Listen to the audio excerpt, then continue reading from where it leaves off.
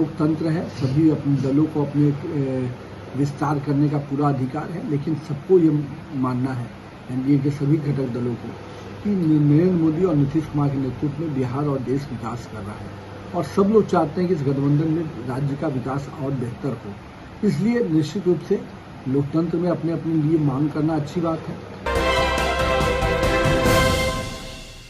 नमस्कार, आप देख रहे हैं सिटी पोस्ट लाइव और मैं हूं आपके साथ प्रभाकर पांडे।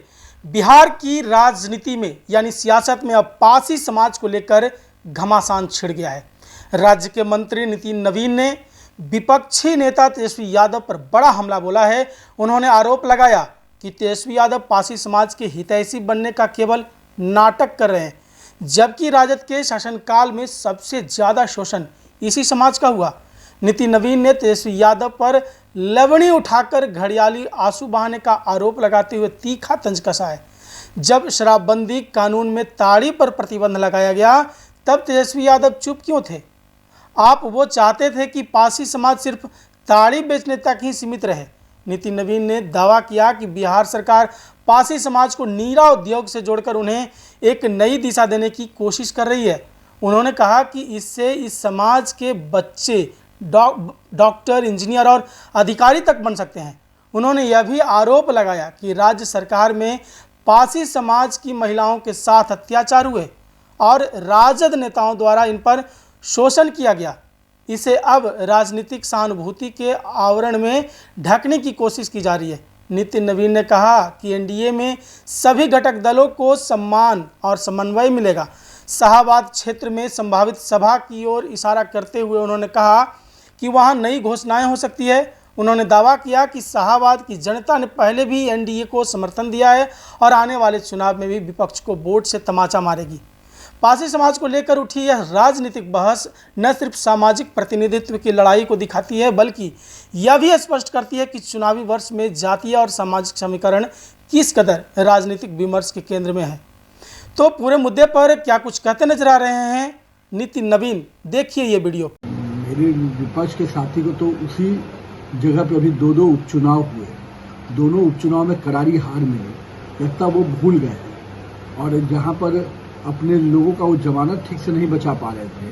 अभी भी उनको मालूम नहीं है कि एनडीए गठबंधन की मजबूती का मतलब क्या है। और जो भी तथाकथित महागठबंधन के नेता हैं उनको तो मैं चुनौती देता हूँ कि इस बार शाहबाद का परिणाम उनको निश्चित रूप से उनको राजनीति के जो एक स्वरूप है तमाचा मारने का, वो पूरी तरह शाहबाद की जनता जिस प्रकार से उन्होंने भ्रम की स्थिति पर फैलाकर इस क्षेत्र में वोट पाया था, काम तो किया नहीं। अब इस बार शाहबाद की जनता उनको जवाब देगी। क्यों हिचक गए, वो दिन बोलने में क्यों नहीं सामने आई?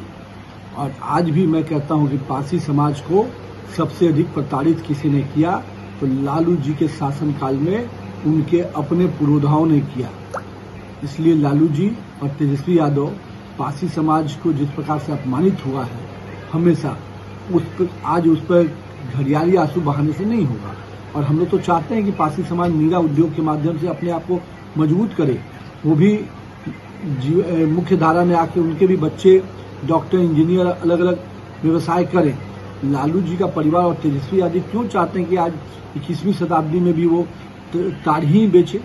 उसका जो नीरा, जो शुद्ध क्षेत्र है, जो ताड़ी का जो सुबह का समय का जो नीरा होता है, उसके व्यवसाय में उनको इंटरेस्ट नहीं है। लेकिन जब वो सड़ जाता है, जब वो अभिशाप बन जाता है, लोगों के लिए जहर का काम करता है, उसके उद्योग की चिंता वो कर रहे हैं। तो लवनी उठाने से नहीं चलेगा। तेजस्वी यादव जी, आपने इस पासी समाज के मुंह से निवाला छीना है। इनकी माँ बहनों के साथ जो आपने बर्ताव किया है वो सब कोई के बारे में जग जाहिर है कि आपके शासनकाल में क्या हुआ था। इसलिए आज पासी समाज पर आप घड़ियाली आंसू बहाने से कुछ नहीं होने वाला है। पासी समाज को मालूम है कि नीतीश कुमार के नेतृत्व में नीरा उद्योग हो या अन्य व्यवसाय में पासी समाज मुख्य धारा में आ रहा है। जिस प्रकार से मिथिला में माननीय प्रधानमंत्री जी के आगमन से पूरे मिथिला क्षेत्र में एक गजब का उत्साह और उत्सव वातावरण बना। अब जब शाहबाद की धरती पर माननीय प्रधानमंत्री जी का आगमन होने वाला है, जैसा अभी तक संभावित कार्यक्रम आया है, निश्चित रूप से शाहबाद के क्षेत्र में पहले भी उन्होंने कई योजनाओं की सौगात दी है। और शाहबाद के क्षेत्र में जब 2015 में भी वो आए थे तो जिन जिन चीज़ों की उन्होंने घोषणा की थी, आज उससे अधिक की योजना आज जमीन पर उतरकर योजनाएं काम चल रहा है। माननीय प्रधानमंत्री जी ने जब शाहाबाद की धरती के पहले जब आए थे तो उसी समय उन्होंने पटना एयरपोर्ट के लिए करीब 3,500 करोड़ रुपए से ऊपर की राशि की घोषणा की थी। आज पटना एयरपोर्ट पूरी तरह से नए स्वरूप में बनकर तैयार खड़ा है। तो ऐसे कई योजनाएं हैं जो प्रधानमंत्री जी ने जो सौगात दिया था, आज वो योजना फलीभूत हो चुकी है। साथ ही साथ उसके बाद भी कई योजनाओं का सौगात दिया था, वो भी योजनाएं कंप्लीट हो चुकी हैं। आप देख सकते हैं कोइलवर ब्रिज जो अपने आप में शाहाबाद जाने के लिए अभिशाप बना हुआ था, आज वहाँ 6 लेन ब्रिज दिख रहा है।